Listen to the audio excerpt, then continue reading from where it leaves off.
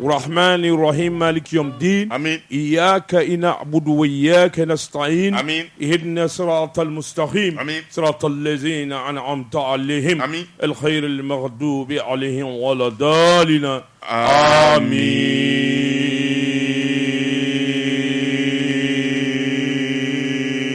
آمين. Gentil Zedou Ne. biye juma ye Sigei. biye lahoroma donye Jabbar. ala batu ala nyini sarakati bo ya fadeli Sigei. jurumu kafari Sigei. juma donya o de ka bo abe Jabbar. sabla Allah taala ye juma donya da ka barika Check. ka ke don gerengere ni Sigei. Sigei. domi nale ala yɛrɛ ya sugandi do tɔw cɛla Jabbar. i k'a dɔn a batoli kama Waidun. an b'a ɲini Allahu taala fɛ A kelen. subhanahu wa taala Waidun. ala min n'a ye diɲɛda ala Kun min faya n'a ye kun. laharada Kun faya kun. ala min Aha. na a ka se kɔnɔ n'a ye mɛlɛkɛ ba 99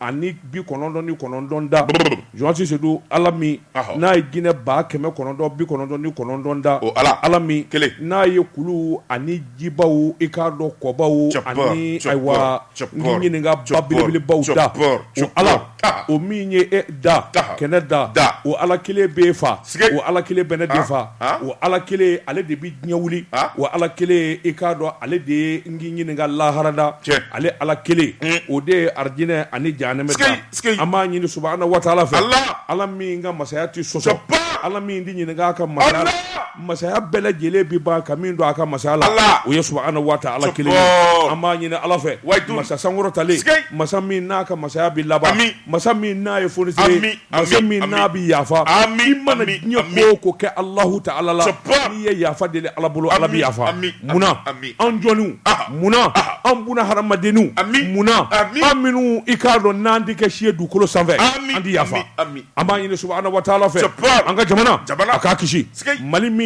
ni ala y'anw ka garijɛgɛ ye Aha. an b'a ɲini subahana Ami. wa taala fɛ Ami. balawujugu ni ani kokunda min dalen bɛ ka Ami. jamana in sɛgɛrɛ Ami. Allahu taala ka don an n'a cɛ Ami. an b'a Ami. ɲini subahana wa taala fɛ Ami. ala ka hinɛ don maliden bɛɛ dusukun na Ami. k'an dusukun saniya Ami. k'an dusukun saniya Ami. k'an dusukun ka Ami. limaniya d'an ma Ami. Jonsi Seydou Fatiha. Asubunalahi ni mani wakilu. an b'a ɲini Allahu taala fɛ Jabbar. ala Allah. e min ye Ibrim Boubacar Keita kɛ Mali président ye Sigei. k'u mina e ala y'a k'a ye e de b'o dɔn Abado. Abado. maa ti se ka maa bali ala ka ko la Ayi. Ayi. Ibrim Boubacar Keita a mana kɛ diɲɛ fɛn o fɛn ye dugukolo sanfɛ Ɔhɔ. maliden don Maliden don. a fɔ kelen Kele. ala ye Mali masaya d'a ma Fila. Fila. O y'ala ka latigɛ ye. Jonsi Seydou o ye ala ka latigɛ Wallahi, wallahi. latigɛ min na A t'a ala y'a di bɛɛ ma. kɛ a y'a kɛ ka da mun kan A t'a di bɛɛ ma. A t'a di bɛɛ ma. munna maa Ibrim miliyɔn Boubacar mugan. Keita kɛra Mali président munna Maa miliyɔn mugan. A ye i bɛ kata. Sigei. Jonsi Seydou n'o ye tiɲɛ ye Tiɲɛ. Allahu taala de b'a dɔn a ye min kɛ i k'a dɔn Allahu taala de b'a dɔn Aha. Jonsi Seydou i k'a dɔn nin kɛra ka da kun min kan Aha. k'a ɲini maliden cɛman ani musoman bɛɛ. denmisɛnnin maabakɔrɔ Aha. Jonsi Seydou Aha. an bɛɛ ka yafa cɛkɔrɔba in An ma bɛɛ yafara. Wallahi an bɛɛ ka yafa i bɛ kama. Wa an yafara han. Jonsi Seydou An yafara. An ka Saya de yafa. bi ko bɛɛ ban. ni saya ma min b'a dugukolo sanfɛ O ti ban. o ti ban fo ka Wa diɲɛ saya wuli y'a ban pewu. wa hadamadenya yɛrɛ bi ban Ɔhɔ. hadamaden bi ban dugukolo sanfɛ Pewu. i ka se bi ban Diɲɛ yɛrɛ bi ban don dɔ karamɔgɔ. diɲɛ bi ban don dɔ Pewu. n'o ye tiɲɛ ye Jonsi Seydou i k'a dɔn Ibrim Boubacar Keita. Keita min kɛra Mali masakɛ ye Ɔhɔ. Senegali ka tɛ Ka tɛ. Ivoirien tɛ Tɛ. Jonsi Seydou i k'a dɔn Burukina bɛ tɛ Tɛ. maliden don Ɔhɔ. ala de tilala k'a sugandi Aha. san 7 hali n'a dan'o ma k'a kɛ masakɛ ye Jonsi Seydou o kɛra ka da min kan ala de b'o dɔn Wallahi. Wallahi. an y'a fara a ma Ami. ya rabbi an y'a fara a ma An y'a fara. Jonsi Seydou an y'a fara a ma An y'a fara. k'a ɲini maliden bɛɛ fɛ Ɔhɔ. an bɛ min nɔfɛ Mali kɔnɔ bi o ye bɛn kelenya Ɲa. Jonsi Seydou i k'a dɔn adamaden an ni k'u ka kɛ ɲɔgɔn fɛ Fɛ. n'i dun ma yafa e bɛ k'i jɔ ɲɔgɔn fɛ cogo di Wallahi. E ma yafa. I jɔ ɲɔgɔn ma i bɛ t'i jɔ ala ɲɛkɔrɔ ka mun f'a ye. Ala dun ko an ka yafa. ala ka hinɛ cɛkɔrɔba in na Ami. ya rabbi Bi. ala k'a jurumu Fatiha. kafari Ami. ya rabbi Ami. ala k'a jurumu kafari Ami. ya rabbi ala k'a mara a ka marayɔrɔ ko ɲuman na Ami. ya rabbi an b'a ɲini Allahu taala fɛ Ami. a ye min ni min kɛ Ami. anw yɛrɛ fɛ n'o ma ɲɛ Ami. anw y'a fara a ma bi an y'a fara a ma sini Ami. k'a ɲini maliden bɛɛ fɛ bɛɛ ka yafa i bɛ kama Ami. Allahu taala jati kama Ami. Fatiha. Jonsi Seydou k'a dɔn yafa Ami. o masa ye ala de ye Ami. ni ala yafara Ami. jɔn ni ye hadamaden Ami. e tɛ se k'a fɔ abada k'i tɛ yafa maa si ma. Fatiha. Ami. an b'a ɲini Allahu taala fɛ Ami. ala ka yafa a ma Fatiha. ala k'a kaburu nɔrɔ Ami. ala k'a jigin yɔrɔ ɲɛ Ami. Jonsi Seydou k'a dɔn denw b'a bolo mɔdenw b'a bolo buramusow b'a bolo Bolo. Jonsi Seydou k'a dɔn malidenw don Ɔhɔ. taayɔrɔ t'u la T'u la. Jonsi Seydou k'a dɔn n'an m'u hinɛ minɛ Hinɛ minɛ. n'an m'u hinɛ minɛ Jonsi Seydou k'a dɔn a man ɲi Ah. Ah. naam Ah. an k'o hinɛ minɛ ami Joël Sodou an k'o hinɛ minɛ ami foyi tɛ tɛmɛ Alahu wallahi fɛn fɔ y'i sɔrɔ Ala ka latigɛ don Ala bɛ kuma kuranɛ kɔnɔ fa'alu lima yuridun est-ce que ne m'a fɔ dɛ a belebele wulibali manca wulibali don dɛ kɔlɔsi kɔlɔ Ala de bɛ kuma kuranɛ kɔnɔ karamɔgɔ kɛnɛya ne tɛ maa tigi fɔ an ye ale de ye walekɛbaa ye fɛn na fɛn min n'a y'a laɲini wallahi Ala de bɛ ko bɛɛ latigɛ o tuma Ala ye fɛn min laɲini o e bɛ se k'o bali wa e tɛ se jɔ tɛ se wallahi jɔ tɛ se min ɲinin'an fɛ o ye dusu ye min ɲinin'an fɛ o ye hakili ye min ɲinin'an fɛ o ye limaniya ye ni nin bɛɛ y'i ɲɔgɔn sɔrɔ hadamaden la i bɛ yafa o ye tiɲɛ an ka yafa cɛkɔrɔba in ma Fatiha duwawu kɛ embargo b'an kan CEDEAO ka embargo b'an kan Alasani kɛmɛ ka datugu Macky Sall kɛmɛ ka datugu Orogu kɛmɛ ka datugu u bɛ ka datugu Mali ɲɛ siman yɛlɛnna balo yɛlɛnna sukaro yɛlɛnna Jean Sidou Ala ka da maa bɛ se k'o tugu wa ayi o tɛ tugu dɛrɛ i tɛ se Ala ka da o tɛ se maa bɛ se k'o da yɛlɛ wa ayi Ala yɛrɛ de b'o yɛlɛ Jean Sidou n'i tora Ala kɔfɛ i tɛ malo o ye tiɲɛ n'i tora Ala kɔfɛ i tɛ tɔɔrɔ n'i tora Ala kɔfɛ Jean Sidou i nisɔn bi ja n'i ye min f'i ye kuranɛ haya la i y'i ɲinɛ na dɛ fɛn o fɛn n'a ye jɔnni sɔrɔ Ala ka laɲini don o ye tiɲɛ n'i sɔnn'o ma n'i y'o faamu n'o tɛ bi ka gɛlɛn koyi foyi don gɛlɛyara ka tɛmɛ bi kan o ye tiɲɛ don dɔ tɛmɛna jamana in kɔnɔ a kɛra an ɲɛna k'an tɛ si o ye tiɲɛ o kɛra dɛrɛ o kɛra bi tɛ foyi ye ko dɔ de bara ka kɛ bi don min Amadu Kufa ni Iyadu bi marifa dajɔ Bamako la o don an bɛɛ siranna dɛ Joasi Seydou don gɛlɛnw tɛmɛna koyi nka buna hadamaden ɲinɛ ka di n'i y'a f'i ye ni hadamaden tɛ ɲinɛ i tɛ si sɔrɔ wallahi o ye tiɲɛ dɛrɛ Joasi Seydou k'a dɔn an bara ka IBK su kasi ko belebeleba wɛrɛ donna an na Banabakaw ka Banu Magaji fatura subhanallah Bernard Tapie fatura inna lillahi inna ilaihi raji'un wallahi ni ko dugu dɔ ka jan a ye signala président sara wallahi Kulukɔrɔ ligi wallahi Banu Magaji kelen Banu Magaji kelen min bɛna jɛgɛ fɔlɔ a dogo wallahi Allahu akbar an ye kunnafoni sɔrɔ k'a fɔ k'an dɛna Ala ka hinɛ na Ala ka yafa k'an ma a'udhu billahi minash shaitani rajim Allahumma salli ala sayidina Muhammadin abduhu rasuluhu Allahu la sharika la la ilaha illallah wa ashhadu anna muhammadan rasulullah amin ayi ŋaniyaw siri la ilaha a ye ŋaniyaw siri amin Ala ka embargo ba amin kul shay'in amin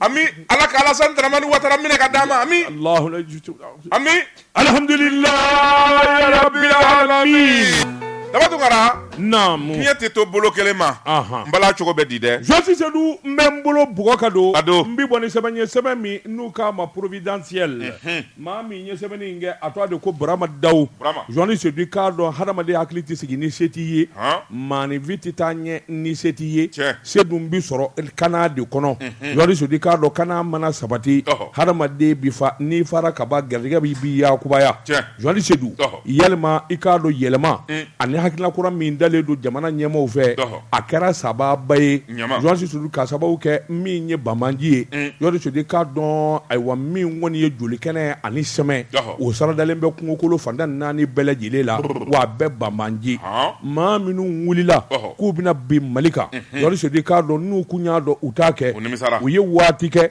Joasi Seydou k'a dɔn Kuluba Karaba la jamana kɔnɔ i k'a dɔn dugu dɔw cira maaninfin caman n'i tora a la Joasi Seydou k'a dɔn ayiwa bi min ye Bamanji su ye i k'a dɔn de saradalen bɛ kungokolo kɔnɔ armée ye ninkura bɔ min Joasi Seydou an ka sɔrɔsiw u yi dun ye ninkura bɔ min i k'a dɔn u ka kɛlɛbolo yɛlɛmana sabula don o don Joasi Seydou k'a dɔn u b'a ka sebaaya de sɔrɔ fa bɛɛ lajɛlen la Joasi Seydou k'a dɔn o tɛ nkalon ɲuman ye i k'a dɔn kɛlɛbolo ani sira bolodalen kun don jamana yɔrɔ minnu na e ka ɲininkali kɛ walima n'a y'i ja Joasi Seydou bɔ Segu jamana na i ka taa gosi fo Moritani nɔngɔngari la i ni maa tɛ ɲɔgɔn ye Joasi Seydou k'a dɔn o sababu ye Mali armée jɔ ko a la Asimu Goyita tile Joasi Seydou k'a dɔn a nafɔ ayiwa ziiri la min ye colonel cɛ 5 min ye fanga ta u n'u jɛɲɔgɔnw Joasi Seydou k'a dɔn bi maa bɛ se k'a fɔ ko tabarikala Mali kɔnɔ sɛbɛnnikɛla ko an an ka sɔrɔsikulu u ka wuli ka jɔ journaliste du k'a dɔn Segu jamana yen dɔrɔn lajɛ min ye ɲɔnɔ fanfɛla in ye journaliste ka taa bila fo Narabolo in kan u y'a fura k'a jɛ journaliste du k'a dɔn min ye Bankasi ka taa gosi fo Burkina Faso o frontière la journaliste du k'a dɔn u y'a fura k'a jɛ Bamanji kelen a tamasiyɛn walima kunba journaliste du k'a dɔn t'o mɛn bilen sɛbɛnnikɛla ko a ko sababu ɲuman ye Irisi jamana sɔrɔdasikulu ye u nana ni minɛnkura minnu ye k'o di armée ma karamɔgɔ minnu nana ni ka kalankura di an ka armée ma journaliste du k'a dɔn a kɛra n'a fɔ an ka sɔrɔdasiw ye kama de bɔ ka sababu kɛ mun ye Mali dugukolo yɔrɔ tɛ yen journaliste u bɛ min don bilen Bamanji bolo walima maa bɛ tulonko la bilen sɛbɛnnikɛla ko kɛwale da ye nin ye a ko i k'a dɔn kɔsɔ in na min ye Bankasi ye u ka wuli ka jɔ senfɛ journaliste du k'a dɔn cɛ 10 ani kɔ u y'o daji u ka ɲɛmaaba min bɛ yen ni mɔgɔ tun bɛ siran ɲɛ kosɛbɛ u k'a ma Usumani Siribe Bobala awɔ a tɔgɔ don Usumani Siribe di Bobala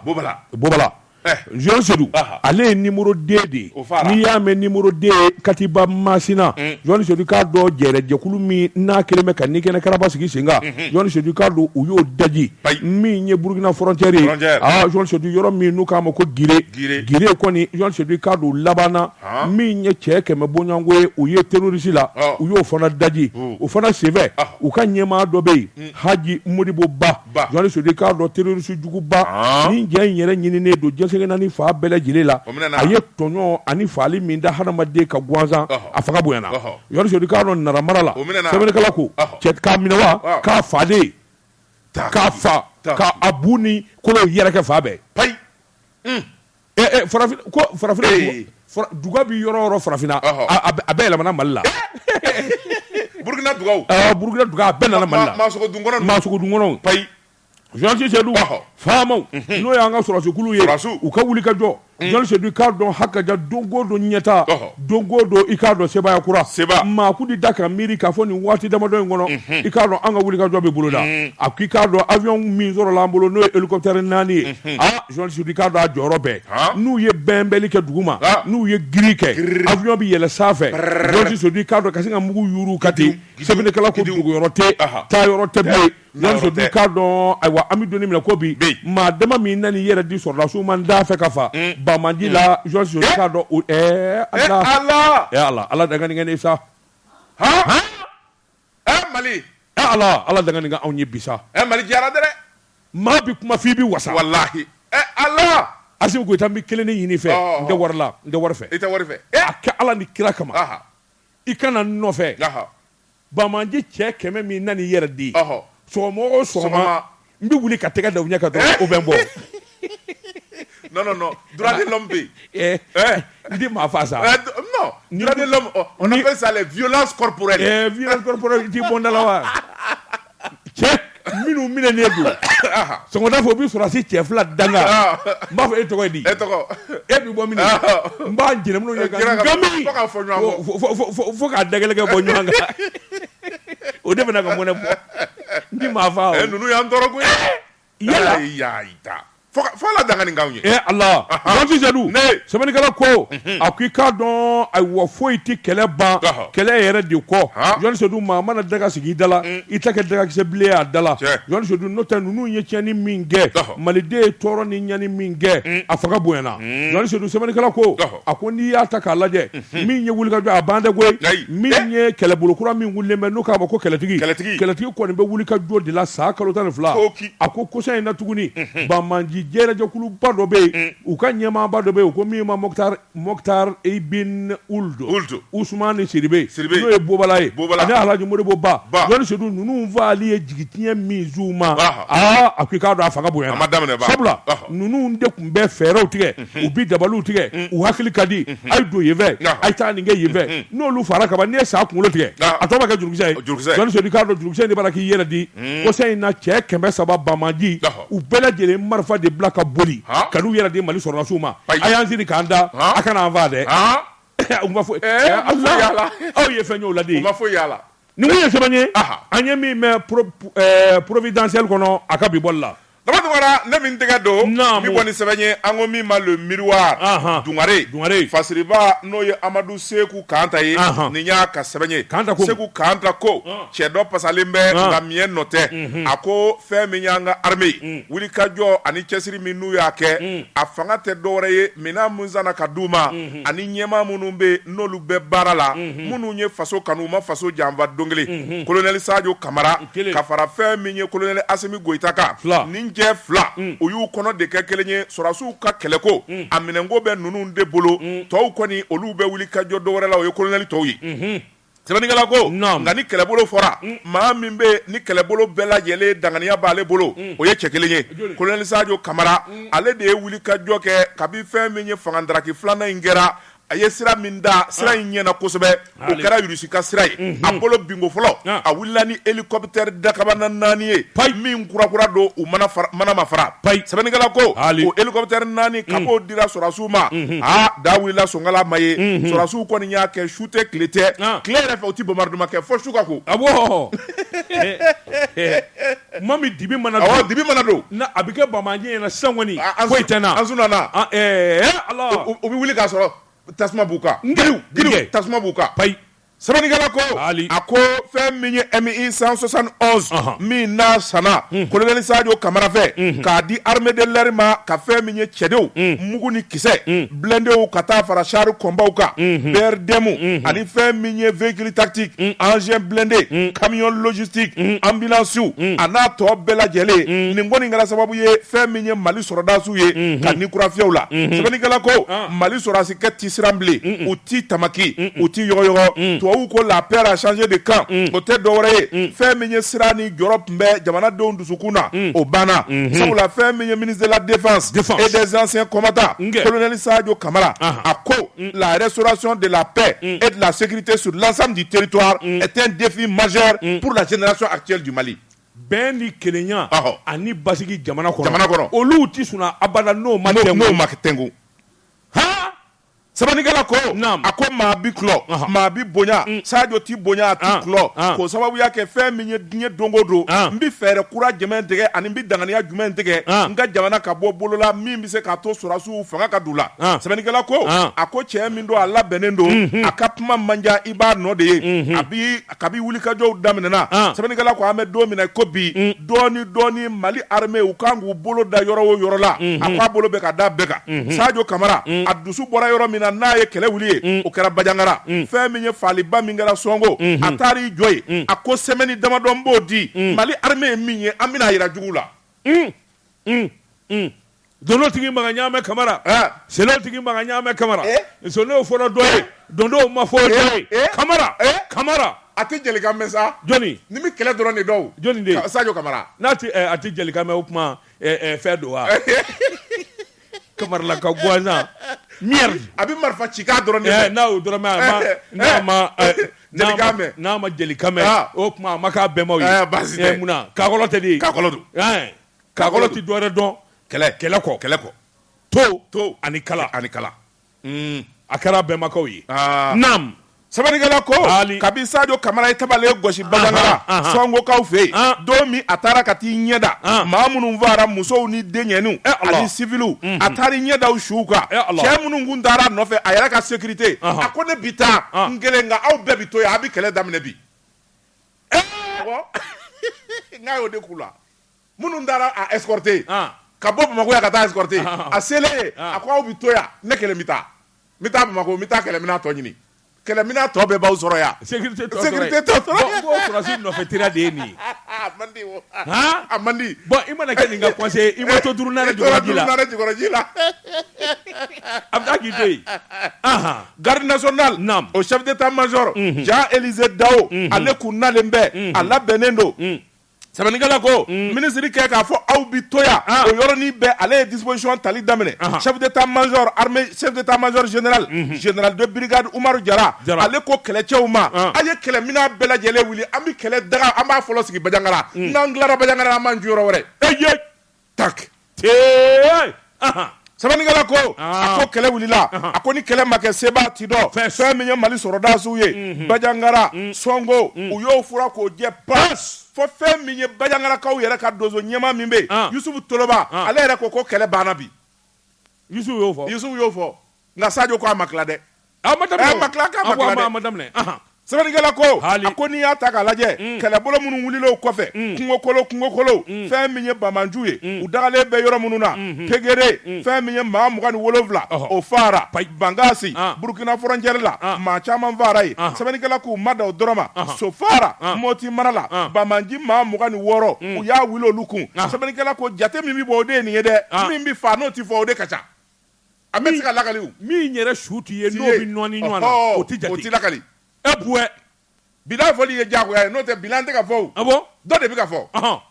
Sabanikala ko a ko Dɛndɛrɛso Sikaso Bamanju kun dalen bɛ firi yen nka Kabaw dugu dɔ bɛ yen n'o ye Kabale kulu ye a ko fɛn min ye Sadio n'a ka cɛdenw u ye yen fura k'a jɛ pas Sabanikala k'o dɔrɔn tɛ fɛn min ye Bamanju kun kɛlen bɛ ka jan da yɔrɔ o yɔrɔ la checkpointiw n'u ma min ɲɛnɛma minɛ u y'o ni kɛnɛ karaba Sabanikala k'o tɛmɛnen kɔfɛ ka bɔ yen janvier kalo tile 12 2022 kungokoloba minnu bɛ yen ni Bamanju ka daga bɛ yen u ka camp d'entraînement u ka équipement u ka taji bondo Sama kungo Soso kungo Logori kungo Bangasi kɔnɔna u y'a bɛɛ lajɛlen susu giri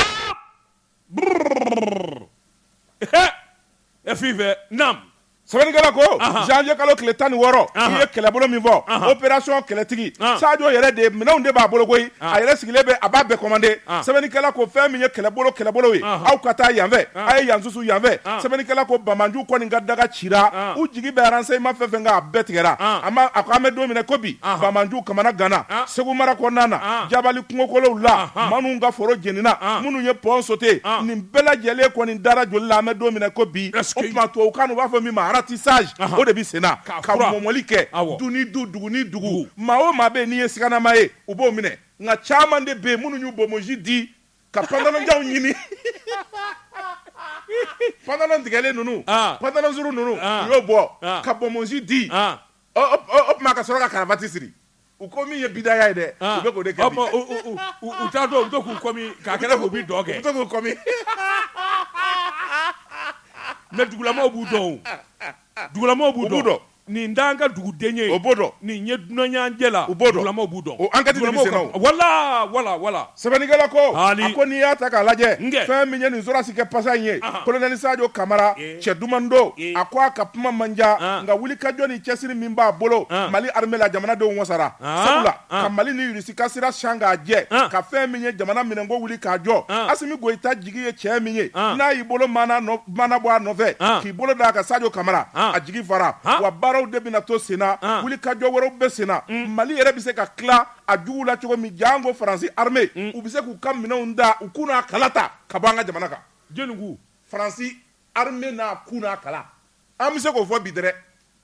tiɲɛ o tuma a kɛra anw ka Segu boxeur ye tiɲɛ boxeur jumɛn Segu i bɛnkɛ yan Sisolo ni Abdou o ye nkalon ne bɛnkɛ tɛ sa olu bɛnkɛ olu de bɛnkɛ Sisolo bɛnkɛ don Segu semaine régionale là c'est le boxeur de la région champion en titre le champion régional o tɛ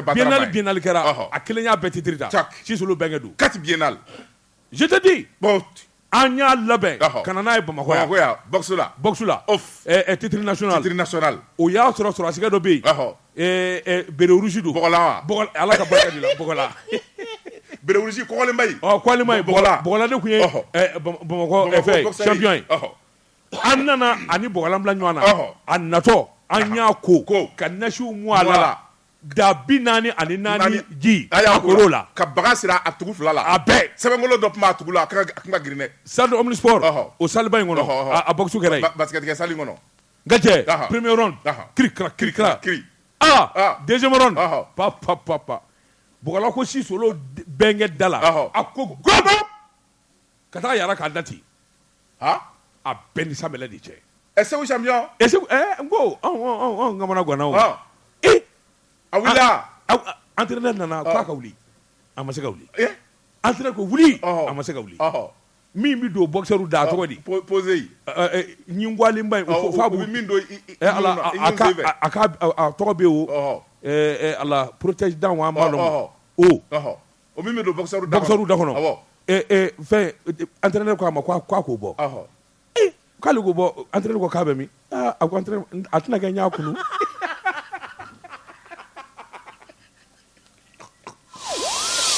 Jeka pub k'a ka feerefɛnw lakodɔn Jeka pub k'a ka feerefɛnw nɛgɛ kanɲɛ 12 sera Bamako k'a fɔ jiginɛw ka bonyamasegi bɛ aw ye Jeka pub k'a ka feerefɛnw lakodɔn ala kana maa yɛlɛ sa si solo bɛnkɛ i bolo don Jean Tizelu ne bɛ n bolo bugɔ ka don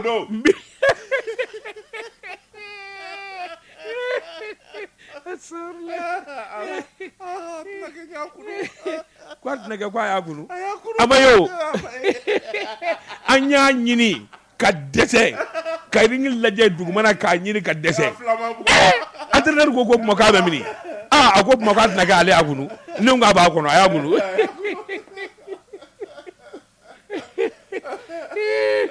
Jean Tizelu ne bɛ n bolo bugɔ ka don n b'i bɔ ni sɛbɛn ye sɛbɛn min n'u k'a ma le soir de Bamako wula Jean Tizelu k'a dɔn ayiwa CEDEAO ka nin dantɛmɛ wale min n'a sigilen bɛ Mali kunna Jean Tizelu k'a dɔn u yɛrɛ b'u sɛbɛn kɔrɔsɔn u yɛrɛ tɔɔrɔlen bɛ u degunnen don Jean Tizelu u t'a dɔn u b'a kɛ kɛcogo min na Jean Tizelu sɛbɛnnikɛla ko min ye awɔ fɔ Yasin Bɛ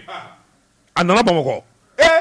Jean Tizelu k'a dɔn a nana Bamakɔ awɔ a bɛrɛ tɛ embargo bi sen na nka fɔra Yasin Bɛ Jean Tizelu k'a dɔn dugumasira wa a nana fɔra Yasin Bɛ nana Baba Danbɛlɛ ka fɔ la Jean Tizelu k'a dɔn CEDEAO ka ciden don a y'i dogo k'i sɛbɛn kɔrɔ dogo maa si kana bɔ a kalama Jean Tizelu k'a dɔn a ye maa de ci dugumasira fɛ ka na Asimu fɛ yen k'o k'a kɛ Ala kama u b'a la k'a wele kabini kuma jumɛn a tɛ maa ka téléphone ta o tuma ale b'a deli a k'a kɛ cibaa kosɔn a ka Alassane Dramane ka appel ta ayi a k'ale ka appel ta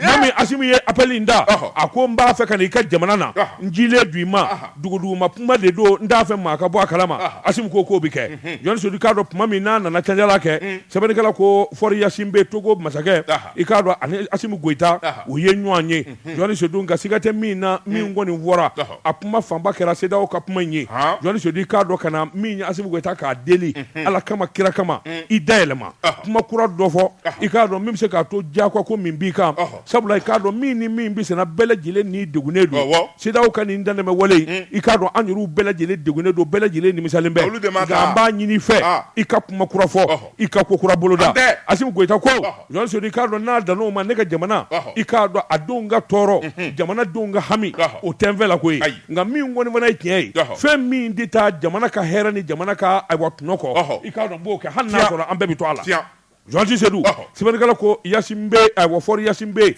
n'a ti ɲini k'i da dugu ma a ye Asimu sɛbɛkɔrɔ deli i k'a dɔn kɔlɔsilakɛla caman y'a jira k'a fɔ tile fila in na i k'a dɔn yɛlɛmaba dɔ bɛna don kow la sabula min ye Asimu Goyita ye min kɔni bɛ fisaya a yɛrɛ ma ani min b'a yɛrɛ arranger Jean Tizelu k'a dɔn a bɛna o de fɔ sɛbɛnnikɛla ko sabula CEDEAO ni UEMOA u ka nin dantɛmɛ wale min dara ka Mali sɛgɛrɛ a ma k'u yɛrɛ ma hɛrɛ ye Jean Tizelu k'a dɔn a wa farafinna masakɛte min kelen tɛ ka tɔɔrɔ sɔrɔ a faso la bɛɛ lajɛlen degunnen don u ka dugudenw bɛ tile k'u lajaba u b'u nani Jean Tizelu k'a dɔn a ko a kɛn bɛ gɛlɛyaba de ye a bɔ farafinna CEDEAO jamana bɛɛ lajɛlen kɔnɔ an bɛ don min na ko bi Jean Tizelu k'a dɔn bɛnkan minnu bɛ yen ani a bɔ bolonɔbila sɛbɛn minnu kɛra Jean Tizelu k'a dɔn cɛmancɛ fanga a b'o bɛɛ lajɛlen bato Asimu Goyita ka fɔ la nka siga kɔni tɛ min na ale Asimu Goyita kunkolo b'a kɔrɔ jamana min n'o tɔ ye Mali Jean Tizelu k'a dɔn an t'i feere maa si ma an tɛ tunama da diɲɛ jɔnsi ye Jean Tizelu k'a dɔn Mali n'a sɔrɔla maliden bɛɛ lajɛlen bɛ to a la Mali kura ka boloda o bi kɛ Jean Tizelu sɛbɛnnikɛla ko a bɔ fɔra Yasin Bɛ i k'a dɔn jɔnwala nisɔndiyara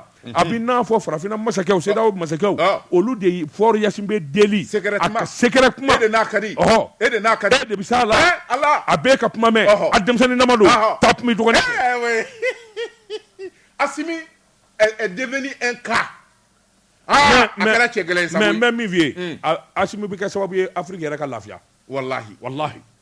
ninnu kan ka dɛmɛ koyi don dɛmɛna Mali kɔnɔ yan Jean Tizelu wallahi anw bɛ voyager i ma n'i ka passeport malien bɔ k'a lajɛ u b'i ɲininka de un malien f'i bɛ maloya nka bi tous les pays africains Jean Tizelu n'u ye malien u bɛ sujuru de bi malien ye maa dɔ ye wele kɔfɛ k'a fɔ wallahi hali farafin dama minnu bɛ ɲɔgɔn kan ye ni ko ye malien ye on te respecte non on te respecte ala daga ni kan ni jamana ba ɲɛ sa koyi le respect la dignité et l'honneur du malien ngo don demana ya yakili ba ala ala o kɛra discours ni campagne kan ye ya ka taama ka taa anw ka président dɔ bugɔ fɔ palais kɔnɔ o kɛra farafina bɛɛ y'o kɛ yɛlɛko ye Mali la u tun yɛlɛ an na de wallahi nka dɔ k'a kɔrɔbɔ bi nka bi cogo di ni mun ye sɛbɛn ye Asimi ka so sira i tɛ se yen yɛrɛ Kati ye n'i sera Kati rond-point na i bɛ virer droite fɛ fo n'o ye bi dɛ o daminɛna dɛ ne tɛ o don o ne tɛmɛna fɔ a ka da la dɔ ko ne ma ko Asimi bɛ nin so in kɔnɔ c'est fini ne tɛna di n k'u ka ɲɛma n k'u ka ji min n bɛ taa ji min Ala ka ni ci marifa jugu bɛ yen Ala ka ni ci n'i y'a ye bi yɛrɛ hali Kati wa cɛ dɔw b'o ɲɛ bilelen coyi o ye ɲɛ bɛ minnu ɲɛ la a tɔ bɛɛ fini de b'u kun na wa ne tɛ taa Kati bilen i bolo don Jelika ko taa duguma sira ayi Jelika ko ma s'o la n'i sera rond-point na i bɛ taa kini fɛ ne tɛ taa i bolo don i bolo don ala o tuma e bɛ taa anw ni yɔrɔ minɛ waati jumɛn Asimi bɛ Jelika mɛn o miyanka don ne ti miyanka kan mɛn koyi ayi maninkaw tɛ u ma bɔ Mande yan wa les Miyanka c'est des Malingués c'est comme des Dogo oui mais i b'a daminɛ Sunjata la ka na Miniyanbaladugu ka na Asimi yɛrɛ la c'est ça son histoire sɔrɔsi bugo tɛ histoire la koyi livre bɛ n bolo ça moi j'ai écrit quelque chose sur ça mais il n'a même pas le temps d'écouter les gens ɲɛ kumunen don i y'a min i bɛ gɛrɛ a la n ko a yɛlɛla de a ti yɛlɛ il est sans état d'âme alors maa bɛ taa gɛrɛ o la o ka taa jalabini ɲɛ ka jama na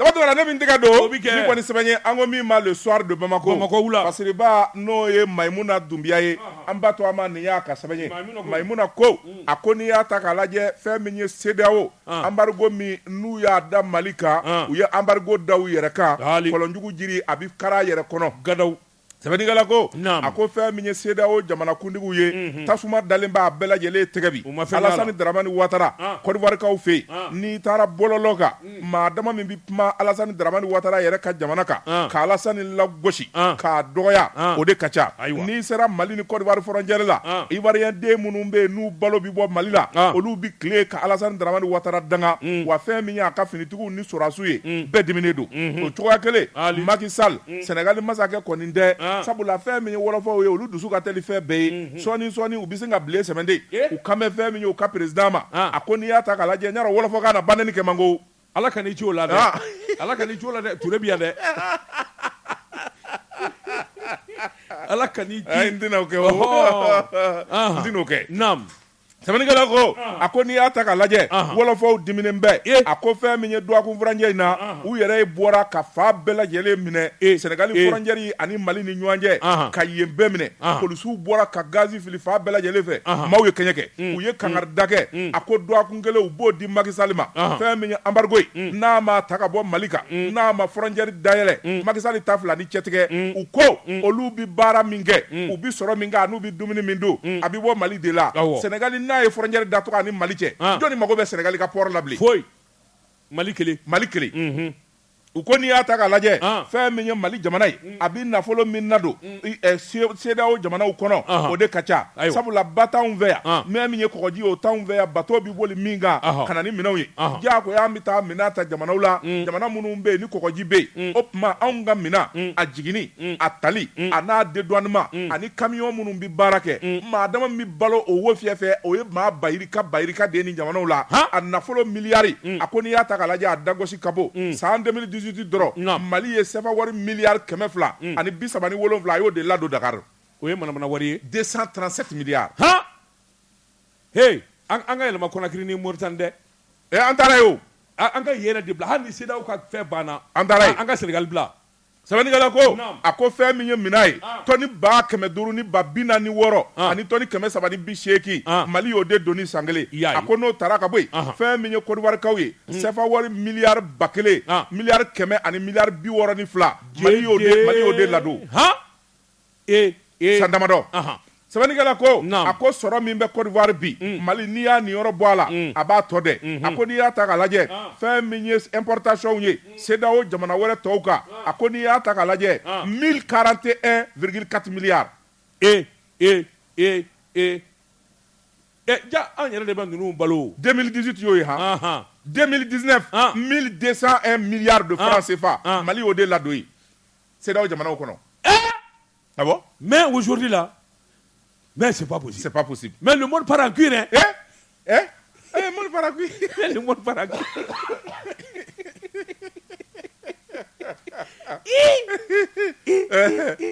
Ah, mais le monde part en cuir. Ko yɛlɛmana o. A yɛlɛmana pewu. Sɛbɛnnikɛla ko. Naam. A ko n'i y'a ta k'a lajɛ. CEDEAO diyagoya don Asimi Goïta. U bɛ k'a nɛgɛ bide. CEDEAO yɛrɛ de bɛ ka saraka bɔ sa. Jango Asimi ka sɔn u ta ma. U ko Asimi Goïta. A lajɛ ni an b'i deli. San naani in fana diyara. A lajɛ i k'a tila fila ye. An b'i deli. An b'i deli proposition kura kɛ. Asimi ko ne ti proposition kɛ. Min ka d'aw ye a y'o fɔ. U ko ayi sa anw yɛrɛ de b'e deli min ka di y'o fɔ. O de bɛ senna bi. Awɔ. Laisse-moi réfléchir.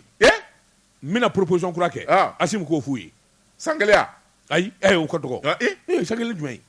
an ba baara daminɛna sa san kelen kɛlɛ banna sa n ko san kelen ka dɔgɔ san kelen ka dɔgɔ dɛ kɛlɛ bɛna ban kalo wɔɔrɔ kɛlɛ bɛ ban o san fila ani kalo wɔɔrɔ o ka ca dɛ 2 ans et demi non ça fait 30 mois mais justement c'est ce qu'il faut 2 ans et demi an kana kɔrɔtɔ sa on mange on dort bien mais problème est mi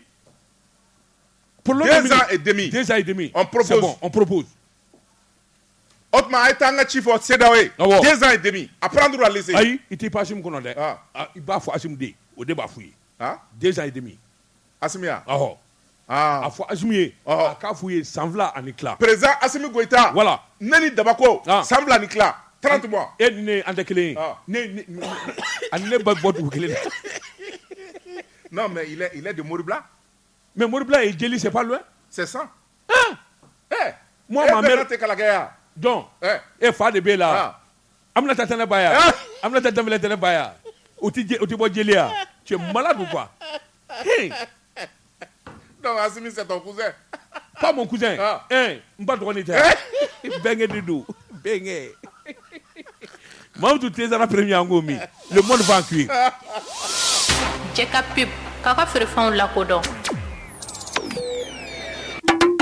Africa Malitel de follow Kodumona. Ni kalo kile mo. Min ye ginjo almami a tiɲɛ ta ba kɔlɔci kɔlɔ don. N'a fɔra a bɛna hakili jigin a ka kalanden sarama in na Safokaw ka seduba. Ale kelen de ye misiri belebele jɔ Seku Lasana Kane tɔgɔ la Taliko Kulu sanfɛ ka Zaviya tɔgɔ la. A kelen. Ayiwa. Seduba. Awɔ. Murankɛ Seduba. A fɔ a ye Murankɛ Seduba kɛ. A fɔ a ye ko ne bɔra. E ti bɔ o Safokaw ka Seduba. N b'a dɔn Murankɛ de don nka Seduba kɔni cɛ duman ba a koyara sa a man di dabila wa a b'a ja de la bi ko bɛ ne n'a cɛ minnu ma ɲɛnabɔ e de n'a famana o n'o tɛ a b'a ja de la bi ayiwa baasi i bolo don Joasi Seydou n bɛ n bolo bugɔ ka don n bɛ bɔ ni sɛbɛn ye sɛbɛn min n'u k'a ma Nouvelle Horizon ɲɛdankura maa min ye sɛbɛnni in kɛ a tɔgɔ de ko Mahamani Ture Mahamani ko i k'a dɔn an ka sɔrɔdasi kulu i k'a dɔn u ka sanyɛlɛma o sanyɛlɛma min ye jala ye dɔ bɛ fara a kan nka Joasi Seydou maa 25 i k'a dɔn sɔrɔdasiw ofisiyew minnu kɔni ye jala sɔrɔ nka nin jalaw ni jaladilen tɔw tɛ kelen ye Joasi Seydou i k'a dɔn ka jala ta k'a d'i ma i dalen bɛ Bamako bolofɔrɔnjɛw la i ma ko kɛ Joasi Seydou ninnu ka général jala t'o ye ayi ninnu ta n'o tɛ kelen ayi ninnu bɛ kɛlɛ de kɔnɔ ninnu bɛ kɛlɛ de kɔnɔ ninnu bɛ wuli ka jɔ de la jala min bɛ ninnu disi la Joasi Seydou ninnu de ye général yɛrɛ ye nka n bɛ yaala Bamakɔ tu penses à des généraux qui ont ramassé leur grade à Bamako ici an bɛ tɛ se k'o fɔ il y a des généraux qui ont eu leur grade comme ça un exemple non c'est pas la peine tout le monde sait qui c'est tolérance zéro ni ye den y'a fɔ e de ye fɛn dɔ fɔ sa ne kɔni ma fɛn fɔ c'est toi ni ye den ayi ni ye den ne tɛ den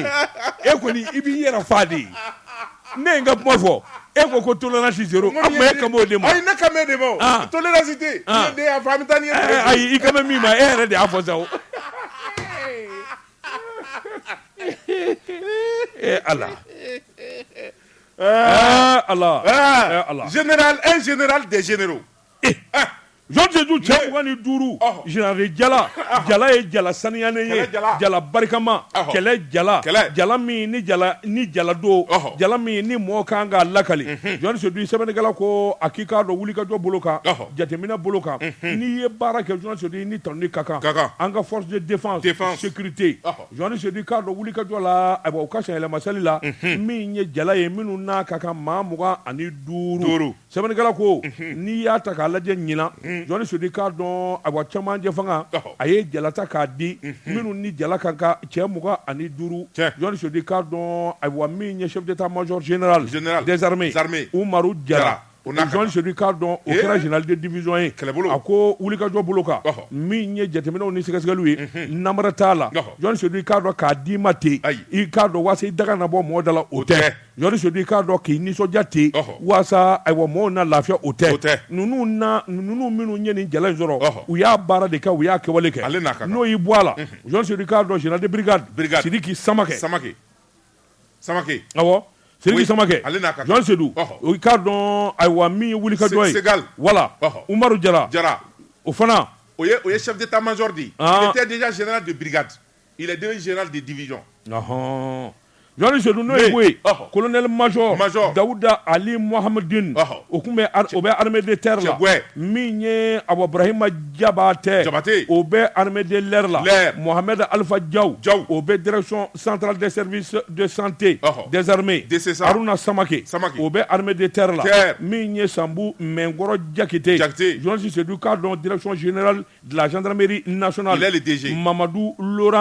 Mamadou Laurent Mariko Jean Sédou k'a dɔn o bɛ armée de terre la Ousmane Wele o bɛ direction du génie militaire la Félix Diallo o bɛ armée de terre la chef d'état-major min ye Buguri Jatigi Jara o bɛ direction du génie militaire la colonel Jean-Élisée Dao garde national mais décidément mais tu connais tous les militaires mais attention qu'est-ce que tu crois mais je suis journaliste de guerre Ndlandais n'o ye boye colonel Alifa Koulibaly direction des transmissions et des télécommunications de l'armée Alou Boy Jara comment chef d'état-major armée de l'air Odo Alou Diop avion gura nu a clé de bale bolo Alou Diop direction matériel hydrocarbures transport des armées warko Sorasuka warko Atibala Moussa Toumani Ngone direction générale gendarmerie nationale Barou Kolonigi Umaru Yoro Siribe armée de l'air Jean Sédou ninnu bɛɛ lajɛlen général Jala dara u disi la général de brigade u n'a ka kan pop aw n'a ka kan aw de ye général yɛrɛ kɛlɛ kɔni kɔnɔ Jala i n'o ka kan nka Bamakɔ yan Bamakɔ i dalen don Jala bilen ta Bamakɔ ni Kati cɛ Kati ni Bamakɔ cɛ contrôleur général de police Souleymane Traoré Jean Sédou k'a dɔn kɛra o yɛlɛla inspecteur général de police colonel sapeur-pompier Adama Tunkara contrôleur général de police Youssouf Binima contrôleur général de police Issa Konate contrôleur général de police Mahmoudou Dambele colonel sapeur-pompier Chekoura Samake colonel sapeur-pompier Meri Diakité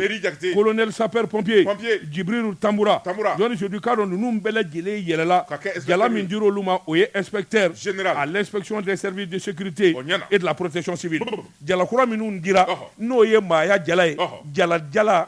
min n'o ye Jala ɲuman ye Jean Sédou nin Jalaw don kuma banna ni mun ye sɛbɛn ye an ye min dalo ka bɔ nouvelle horizon kɔnɔ ɲɛdankura Daba Tunkara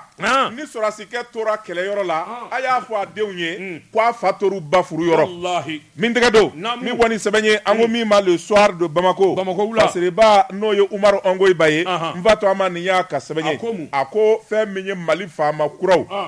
fanga yɛlɛmana cɛkuraden bɛ kuluba o dɔnna fɛn min ye CEDEAO y'o dɔn Faransi y'o dɔn fɛn min ye Allemagne ye olu y'o dɔn a ko n'i y'a ta k'a lajɛ fɛn min ye Asimi Goyita ye k'a y'a interdit fɛn min ye MINUSMA ani Alimanw u ka avion minnu n'u bi pan Mali territoire kan k'a sɔrɔ yamaruya t'u bolo a y'a interdit kulokun gɛlɛya kan Alimanw wulila n'u ka avion dɔ ye ŋaɲa Niger k'a f'u bi don Gao Assimi ye téléphone de c'u ma kiriri n'i tɛmɛna yen kan sisan an b'aw lajigin tout de suite Allemand gɛlɛ n'a tɛmɛna yen kan an b'a lajigin sisan awɔ demi tour sabanikɛla ko a ko n'i y'a ta k'a lajɛ fɛn min ye embargo min n'a binna anw ka jamana kan fɛn min ye tubabuw ye ka wuli ka bɔ jamana na min bɛ CEDEAO jamana la ka Mali magɛn o banna u ye dalakɔrɔbɔli kɛ fɛn min ye Abidjan ye ka bɔ yen ka na Gao ka segin Assimi ye kangari da u nana dalakɔrɔbɔli filanan ju tigɛ ka France Alimanw y'u ka avion dɔ wuli ka bɔ Niger k'u bɛna Mali la Assimi ko n'aw ye den ye a ye Mali frontière a y'a sago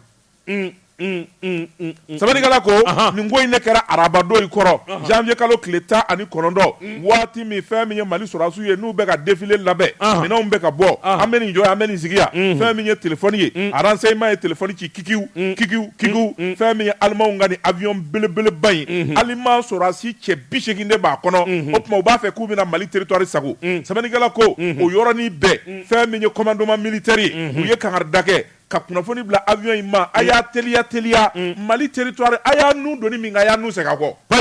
demi tour sabanikɛla ko demi tour kuma cayara Alimanw ka ambassadeur min bɛ yan o ye kulekan bɔ MINUSMA ye kulekan bɔ u bi Assimi wele a ti kuma u bi Sadio wele a t'u ka téléphone ta a ci min fɔra anw ɲɛ maa minnu bɛ yen n'o ye Mali sɔrɔdasiw ye u ka base min bɛ Gao n'aw ko nin zuru ɲana Gao la an b'aw lajigin dɛ o tuma a ye segin la hawla wala quwwata illa billah lazim. Il n'y a pas de commandement dans un bateau. Sabanikɛla ko j'aime ça ko gɛlɛyara fɛn min kɔni ye Alimanw ye aw labanna fɛn min ye demi tour ye u y'o kɛ i y'a dɔn sɔrɔdasiw fɛ yen tubabukan fila tɛ yen o colonel Azim monsieur le président u ka jigin wa u kana jigin a bɛ se k'a fɔ ten ko négatif a ko négatif non il y a pas deux phrases négatif affirmatif baara banna a ko négatif o tuma avion in ye turu cɛ yɔrɔ dɔ bɛ u b'a fɔ min ma ko Gran Canaria u taara ka taa munumunu ye u ka base dɔ bɛ Niger fɛn min ye nin avion ye a taara jigin base in ka Niger ye u jiginna yen tɛmɛnikɛla ko Assimi ko n'aw bi don Mali kɔni kɔnɔ a tɛ se ka avion bɔ Niger ka don Mali kɔnɔ ne de ko frontière datugura cɛ si tɛ se ka don wa fɛn min ye tubabuw ye aw de tulo ka gɛlɛn ne ko maa ti don maa ti bɔ wa aw kana don dɛ n'a b'a fɛ ka don a bɛ taa jamanaden la min ni o frontière dayɛlɛlen don fo n'a taara Mauritanie bɛ Guinée a bɛ don yen fɛ Assimi Goïta Eboué sɛbɛnnikɛla ko nin kuma in fɔ fɛn min kɔni ye deli ye o nana caya MINUSMA yɛrɛ wulila ka deli kɛ ale ni Assimi hinana anw ka balo bannen don ji tɛ sɔrɔ dumuni t'an bolo hali an bɛ fura minnu da nin bɛɛ bannen don hinana an ka avion damadɔ bɛ yen o ka jigin an ka se ka dumuni kɛ a sɔnna de ya a sɔnna a hinɛ n'u la a ko bon pour je vous donne 3 heures de temps rapidement a b'u jigin a bɛ tɛmɛ inna lillahi wa inna ilaihi rajiun o ye MINUSMA ye mais Alimanw kɔni ka avion o seginna Niger a bɛ kɛ ten de o Aliman ko Français wa a bɛɛ seginna Niger sɛbɛnnikɛla ko Assimi ka sariya kura in a kɛlen bɛ ka tubabuw sɛbɛkɔrɔ tɔɔrɔ Faransi ka avion bɛɛ dalen b'u disi kan MINUSMA ka avion bɛɛ dalen b'u disi kan fɔ ni fiɲɛbɔda dira MINUSMA ma o kɔni o ye peut-être ye n'o tɛ fɛn min ye tubabu tɔw ye a bɛɛ lajɛlen dalen b'a disi kan a si se ka pan Assimi y'a bɛɛ interdit de vol mais c'est ça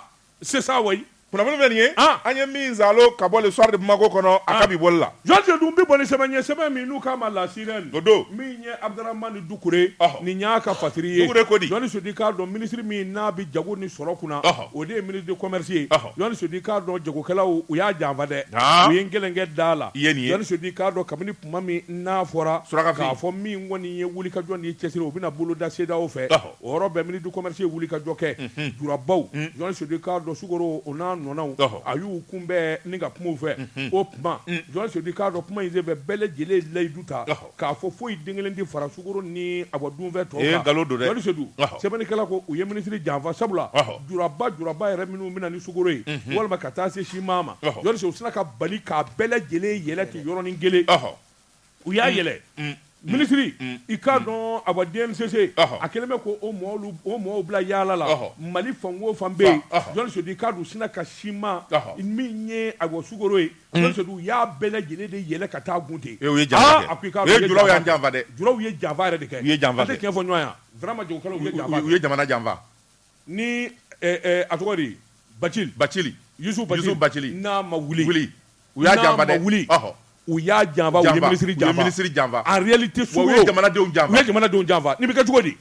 an bɛɛ y'an ka di ɲɔgɔn ma non u ye janfa kɛ dɛ c'est pas normal Jɔn Sedi sɛbɛnnikɛla ko ministre yɛrɛ kamana ganna sabula min ni min fɔr'u fɛ Jɔn Sedi k'a fɔ nin bɛ kɛ nin kɛcogo la nin bɛ taa nin dacogo la Jɔn Sedi k'a dɔn nkalon sɛbɛnnikɛla ko an kana ɲɔgɔn nɛgɛ wa juraba jagokɛlabaw yɛrɛ de ye baara k'a bɛɛ kɛ sabula jura fitininw olu bɛ taa minɛn ta k'a ta gɛlɛya la wajibi don u bɛna feere gɛlɛya la jurabaw de don dɛ jurabaw don an kana sira kuma ɲɛ dɔ ye n wele ko ministre ye prix min fɔ ko sukaro b'o la ko wari fila ale bolo nin ye million da n'a bɛ sɔrɔ la yɔrɔ min ministre k'a yɔrɔ yɛlɛ ale bɛ taa sa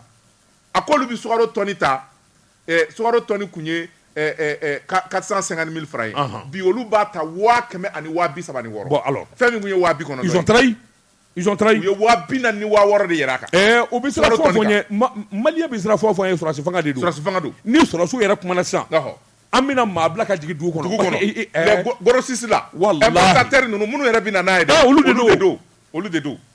Jɔn Sedi sɛbɛnnikɛla ko a ko an bɛ donni min na ko bi ministre kɔni yaalala kabini n'a fɔra gɛlɛya kɛra fa bɛɛ gɛlɛya min ye CEDEAO ye a yaalala a taara i yɛrɛ sɔrɔ agro industrie Toguna Jɔn Sedi k'a dɔn a taara yen min kɛ olu ye layidu d'a ma k'a fɔ camion 500 u b'o bila jamanadenw ka bolo kan sɛbɛnnikɛla ko camion 500 kofɔ Jɔn Sedi n'a y'i ja camion 200 bɛ sɔrɔ bi Conakry camion 400 o bɛ sɔrɔ bi n k'i ɲininka Mauritanie k'olu y'u ka layidu timɛ o timɛna Allah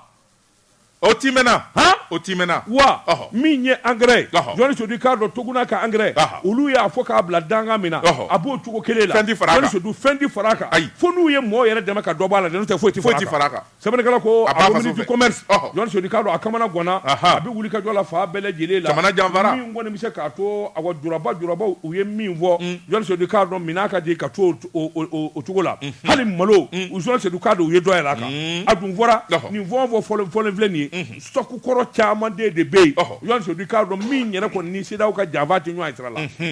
munna dɔ bɛ far'a kan stock kɔrɔ bɛ yen bon ne bɛ min f'i ye solution min bɛ nin na même ni kɔngɔ b'an yɛrɛw minɛ il faut qu'on dénonce juraba minnu bɛ yen maa bɛ yen détaillant minnu bɛ yen n'u bɛ taa sukaro san jurabaw bolo u k'u tɔgɔ fɔ an ye u donnen don sa on connaît les grossistes c'est qui est qui mi tila ka liste d'i ma je vais te donner la liste tous les grossistes minnu ka conteneur bɛ na ni sukaro ye tonnage on connaît bon il faut les donner c'est vis-à-vis on va demander à Bougadari le directeur général du commerce et de la concurrence a k'u liste d'a ma cɛ belebele yan awɔ cɛ belebele an b'u wɔ i ba n taara Kankari da directeur a ka bureau kɔnɔ o tɛ Bougadari dɛ f'i kasa f'i kasa i tɛ se Bougadari n'i y'i dimi a kɔrɔ ça qui se don dɛ n'i sera ye i fiɲɛ bɛ bɔ kamalenkɔrɔ fila ni tila belebele a bɛ 2 mètres bɔ awɔ i b'a fɔ ko Mamadu Manca a bɛ giri i b'a fɔ ko Mamadu Maramanca Jara awɔ Maramanca an ka président ma il est le président mais Maramanca excellence monsieur le ministre a ka bɔ a ka jɛ o ye kojugu ayi non o tɛ kojugu cɛba don belebele jamana a bɛ hakili jigin cɛ dɔ in fana na sa Jibiri Tangara non Jibiri Tangara tɛ ninnu bɔ non même pas Maramanca n'a pas sa taille costume na non o de la ne tɛ dɔwɛrɛ a tɛ foyi dɔn bassin a taille de veste la ale ni Bougadari u ti veste don gulokiba dɔrɔn tak i bolo don dama tɛmɛna ne min tɛgɛ don min bɔ ni sɛbɛn ye an ko min ma le soir de Bamako fasiriba n'o ye Laya Jara ye nin y'a ka sɛbɛn ye Laya ko a kadina tɛ dabila diɲɛ nege tɛnɛ kɔ fɛn min ye Gawo ye don o don i b'a mɛn k'a fɔ maa minnu bi faali kɛ u bɛ taa nafolotigiw setigiw ani tɔgɔtigiw fa u ka so u ka ko yɛrɛ bɛɛ lajɛlen ɲɛma n'o ye Albachar Di Alini k'a minɛna Allahu Akbar nin ye maa caman fa dɛ ala dango hali an baarakɛ ɲɔgɔn ye Magangone o kɔrɔkɛ nka olu fabaw ninnu de don Allah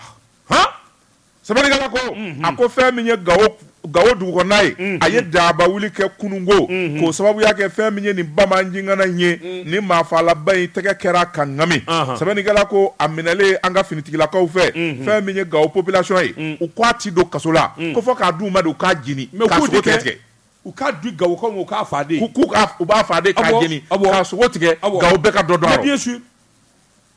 sɛbɛnnikɛla ko a ko nin cɛ in n'a ka jɛjugu maa o maa bɛ n'u b'a ka jɛ in na u bɛɛ lajɛlen de kun faralen bɛ ɲɔgɔn kan fɛn min ye subaatɔ ye u kɛlen bɛ k'o sigi maa o maa n'i ye tɔgɔtigi ye Gawo dugu kɔnɔ e ye sebatigi ye sufɛ u bɛ don i kan u sagona wari ye fɛn min ye u b'o danɔ tigɛ i b'o d'u ma n'i tilala wari dili la o yɔrɔnin bɛɛ u b'i faa ka t'u ka sira fɛ e kɔni t'a lakali sɛbɛnnikɛla ko a ko n'i y'a ta k'a lajɛ fɛn min ye an baarakɛ ɲɔgɔn ye n'o ye Makan Kone ye ale kɔrɔkɛ 2021 minnu farala ɲɔgɔn kan ni k'o fa ale de don Kaba Kone o fabaw ninnu de b'o cɛma sɛbɛnnikɛla ko fɛn min ye du caman bɛ yen tɔgɔtigi nafolotigi banaw siya o siya dɔ fara nin bɛɛ ka maana hali denmisɛnnin minnu bɛ yen minnu biɲɛ ka kɛnɛ ni tɔgɔ b'i la n'u y'i tɔgɔ mɛn dɔrɔn u t'i liquider sɛbɛnnikɛla ko a ko fɛn min ye denmisɛnninw ye don o don a kama jɛjugu u bɛ sira d'aw ɲɛ k'aw bololafɛnw daraki ni k'u minɛ aw la mobili kɔni tɛ n'u y'o y'i bolo n'o ka di ye sɔgɔma wula fɛ n'i m'o d'u ma sufɛ u b'o minɛ i la sɛbɛnnikɛla ko a ko fɛn min ye a ti kalo damadɔ bɔ u ye wuli ka jɔ dɔ kɛ fɛn min ye arabu denmisɛnnin dɔ ye min ye setigi ye u ye wuli ka jɔ kɛ k'a fɔ fɛn min o kɔni ye u bɛ taa ka t'o ni kɛnɛ karaba sɛbɛnnikɛla ko o kɔni senfɛ fɛn min kɔni ye ko caman ye o wulil'o senfɛ sabula fɛn min ye o porokotora saraka y'u bila yen o yɔrɔnin bɛɛ fɛn min kɔni ye maa dɔ ye tɛgɛ dar'o kan ŋami o minɛlen o kɔni u ye ɲininkali busamisɛn Gawo la o nana ka na kuma bɛɛ lajɛlen ɲɛfɔ Gawo mara ka na an sɔnko maa minnu bɛ wuli ka jɔ kɛ ka bin maaw kan sira kan k'u bolola nafolo daraki ka mobiliw minɛ u la ale don sɛbɛnnikɛla ko hali Gawo conseil local de jeunesse o président min n'a fara ninnu de don sɛbɛnnikɛla ko janvier kalo tile 16 Almustrat kunnafoni dira k'a fɔ fɛn min ye nin cɛ in ye u ye binkani kɛ a ko n'i y'a ta k'a lajɛ fɛn min ye Albachar ye n'u k'a ma ko Alini tɛgɛ dara ka ŋami wa a minɛlen u ye ɲininkali busamisɛn g'a la maa o maa b'a ka jɛjugu la a bɛ k'a bɛɛ tɔgɔ fɔ kelen kelen a bɛ ka fɔnɔ u k'u bɛɛ da Gawo place publique kan da k'u kantigɛ bien sûr kojugu tɛ bɔ dugu la gansan u ka peine de mort boli ninnu de kan bien sûr sɛbɛnnikɛla ko ninnu minɛlen bɛna kɛ sababu ye Gawokaw kɔni u ka da ka sunɔgɔ n'u ɲɛ kelen ye u tɛ ɲinɛ dɛ sabula jɛjugu caman de bɛ yen jɛjugu fɔlɔ ani jan fɔlɔ min bɛ yen cɛ in a dasi o ka ja f'a bɛ d'a disi la a dasi a ka ja i ɲɛ t'a dasi la f'a bɛ d'a disi la n de don wa maa juguba in e k'a lajɛ wa ale yɛrɛ lahara a kuntigɛ ganali kalakata maa lahara jugu